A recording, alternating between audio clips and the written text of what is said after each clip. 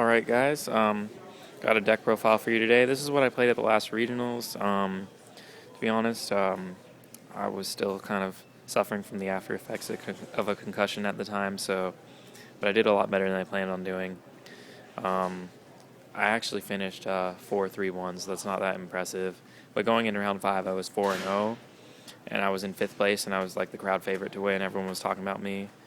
And so that made me feel super awesome. But then I got a tie because a guy stalled me and, basically was cheating. And that bothered me the whole time. And I just could not focus after that and was thinking about that instead of what my opponents were doing. So for the next 3 rounds, I just lost. And if I had won any of them, I would have got my invite. But whatever, it happens. Let's do a deck profile. Obviously, you got your vanillas, 3 of each. See their flavor text. We got a huge monster in the shape of a hippopotamus. The sneezing from his gigantic body is so fierce that people mistake it for a hurricane.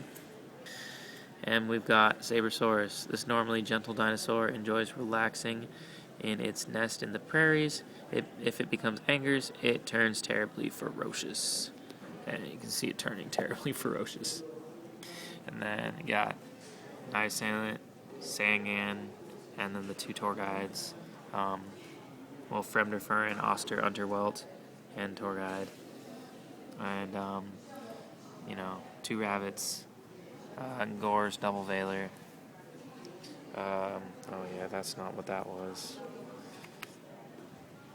3 Guiba, 3 Hydrogeddon.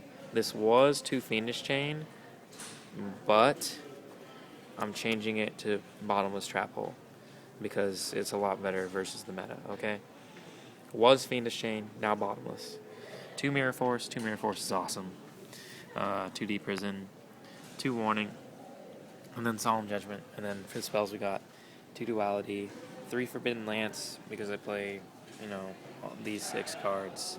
So 3 Forbidden Lance is really good. Plus I think Forbidden Lance is just all around an amazing card for the current meta because a lot of people are playing cards that don't negate summons, but rather just affect a monster.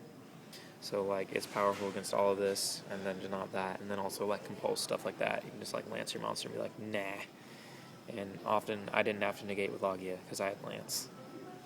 Then you got 3 MSTs, Monster Reborn, Avarice, Heavy Storm, and Dark Hole.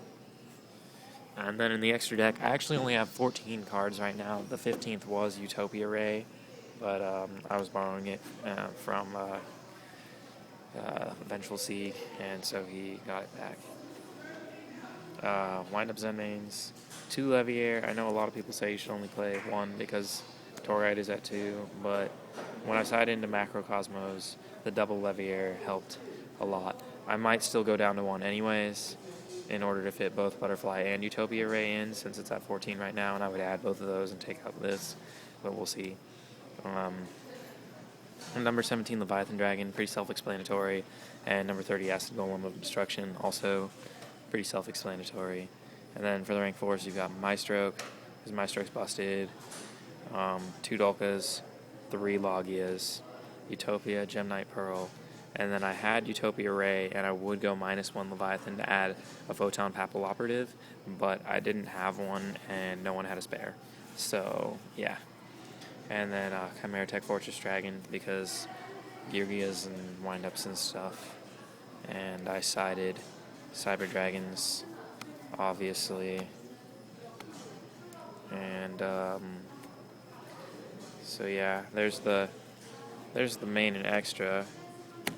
Gonna actually scoop all of this up, that way I can get out the side, lay it out for you guys.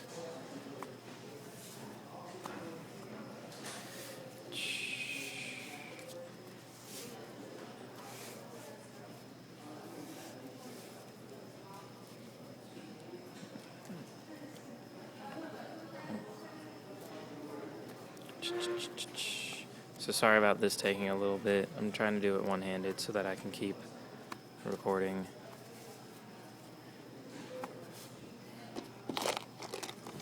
Got another double deck box. Got double deck boxes for days.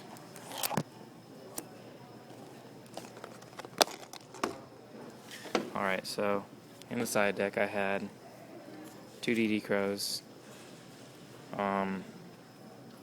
2 Thunder King Ryo, 2 Cyber Dragon, and then these next 2 cards were Snowman Eater, but now they're 2 Lava Golems. They were Snowman Eater, now they're Lava Golem. I actually wanted them to be Nobleman across out, but I couldn't find them fast enough, so I just put in Lava Golems because it's good, and I misplay a Lava Snowman Eater, so I don't want to play it. And it was really, really lackluster versus the meta. 2 Chain Disappearance, because Chain Disappearance is a Yu-Gi-Oh card, and it's really good versus Samurais and the Mirror Match and some rogue decks like Dragoonities or whatever the fuck. 2 Royal Decree gave me a win against Chainburn because they didn't have that. They didn't have the answers. He beat me game 1. Game 2, Decree and Judgment fucked him. And game 3, I actually didn't even get Decree until 1 turn before I won. But it did keep me from losing at the very end. And then 3 Macrocosmos because Dark World is still a thing. And if I ever play like my old deck, Fabled, then yeah, I don't want to lose to a deck I used to play. So there's that. And yeah, lots of decks are vulnerable to macro, therefore macro. It's pretty self-explanatory. And yeah, of course you got your Kasi card, troll token for that extra deck.